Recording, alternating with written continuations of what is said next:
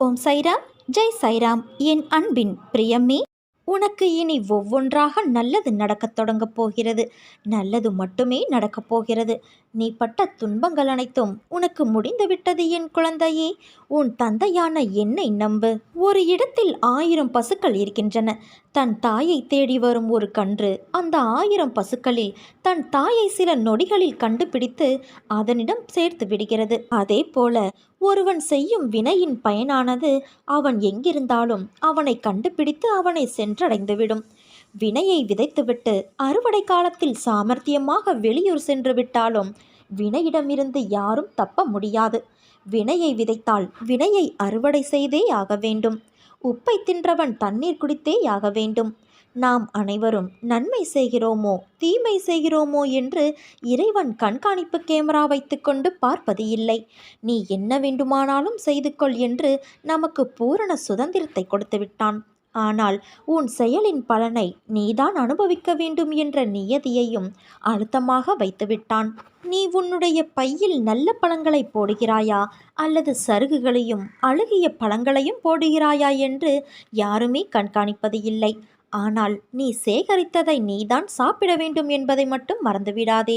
ஐயோ, அக்கிரமம் செய்தவன் நன்றாக இருக்கிறானே என்று ஆண்டவன் மேல் நம்பிக்கை இழக்காதே. அக்கிரமம் செய்பவன் இப்போதுதான் காய்ந்த சருகுகளையும் அழுகிய பழங்களையும் தன் பைக்குள் போட்டு கொண்டு இருக்கிறான். விரைவில் தனிமைச் சிறையில் அவற்றை உண்ண வேண்டிய காலம் வரும். அப்போது அவனுக்கு பசியும் மரணமுமே பரிசாக கிடைக்கும். இது மனிதன் இயற்றிய சட்டம் இல்லை, இறைவன் வகுத்த நியதி. இதற்கு விதிவிலக்கு கிடையாது. என் தங்கமே, உன் தொழிலில் நஷ்டத்தை பொருட்படுத்தாதே. உனக்கு இதோ நான் உதவி செய்கின்றேன். என்னவெல்லாமோ செய்து பார்க்கிறேன், ஆனால் எல்லாமே தோல்வியில் முடிகிறது. இந்த தோல்வியின் பிடியிலிருந்து என்னால் மீண்டு வர முடியவில்லை என்று நீ புலம்புகிற புலம்பலை பொறுக்க முடியாமல் இதோ நான் புறப்பட்டு வந்துவிட்டேன். இழந்து போனவற்றை பெறுவதற்கும் வாழ்வில் முன்னேறுவதற்கும் ஒரு ஆலோசனை சொல்லட்டுமா? உன்னை நீ தெரிந்து கொள். உன்னை பொறுத்தவரை இந்த உலகம் ஒரு கோமாளிகளின் கூடாரம். யாருக்காகவும் எதற்காகவும் விட்டு கொடுத்து தோல்வியை மட்டுமே பரிசாக பெறுவதற்காக நீ பிறக்கவில்லை. எல்லாவற்றையுமே ஜெயிக்க பிறந்திருக்கின்றாய். கோடி கோடியாக கருவணுக்கள் உள்ள தாயின் கருமுட்டையை தனக்குரியதாக ஆக்கிக்கொள்ள களமிறங்கிய போது அனைத்தையும் தோற்கடித்து ஜெயித்தது நீ அல்லவா?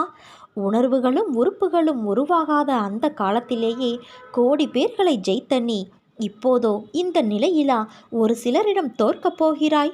நிச்சயம் தோற்க மாட்டாய் என்பதை தெரிந்து கொள். நீ கோழை அல்ல, துரத்தும் வறுமையை ஒப்புக்கொள்வதற்கு. நீ பிறவியிலேயே வீரன். உனக்குள் நான் உன்னை வழி நடத்தப் போகிறேன். அப்படி இருக்க தோல்வி என்பது இனி உனக்கேது? வா, என் ஆலயத்திற்கு வா. வந்து மனதார என்னிடம் பேசி என்னை உன்னோடு கூட்டிச் செல். உனக்காக உன் தந்தையான நான் காத்திருக்கிறேன்.